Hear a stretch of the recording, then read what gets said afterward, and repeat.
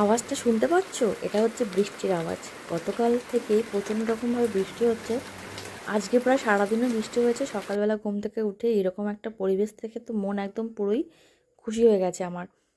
আর এই দেখো রান্নাঘরে আমার যে মানি প্ল্যান্টটা লাগিয়েছি সেটা কত বড় হয়েছে। রঙিন পাথর দিয়ে আমি এটা সাজিয়েও দিয়েছি। আগের দিন রাতে ভিজিয়ে রেখেছিলাম চিয়া সিড, তো সকালবেলা উঠে গরম জল করে খেয়ে নিলাম। রোজ দিন সকালে এটাই অভ্যেস করছি, কারণ সুস্থ থাকাটা ভীষণ পরিমাণে জরুরি। তারপর এই বৃষ্টির মধ্যে ছাতা হাতে বেরিয়ে পড়েছি একটুখানি মর্নিং ওয়াক করবো বলে।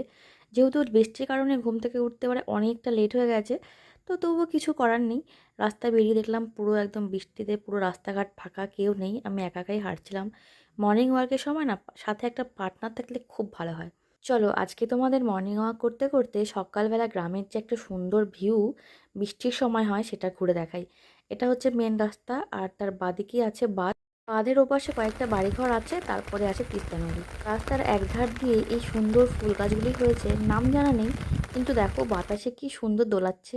অপোজিট সাইডে আছে ধানের জমি, যেখানে বছরে দুবার ধান চাষ হয়।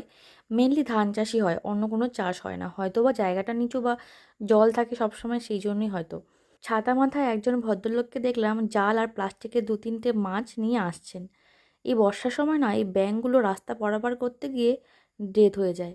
যতদূর চোখ যায় শুধু ধান আর ধান। এগুলো এখন দেখতে অতটা ভালো না লাগলেও কয়েকদিন পরে যখন সবুজ কালারে পাতা হয়ে যাবে তখন দেখতে কিন্তু ভীষণ ভালো লাগে। তাহলে মর্নিং ওয়াক করতে করতে আমার সাথে সকালের এই সুন্দর পরিবেশ কেমন এনজয় করলে?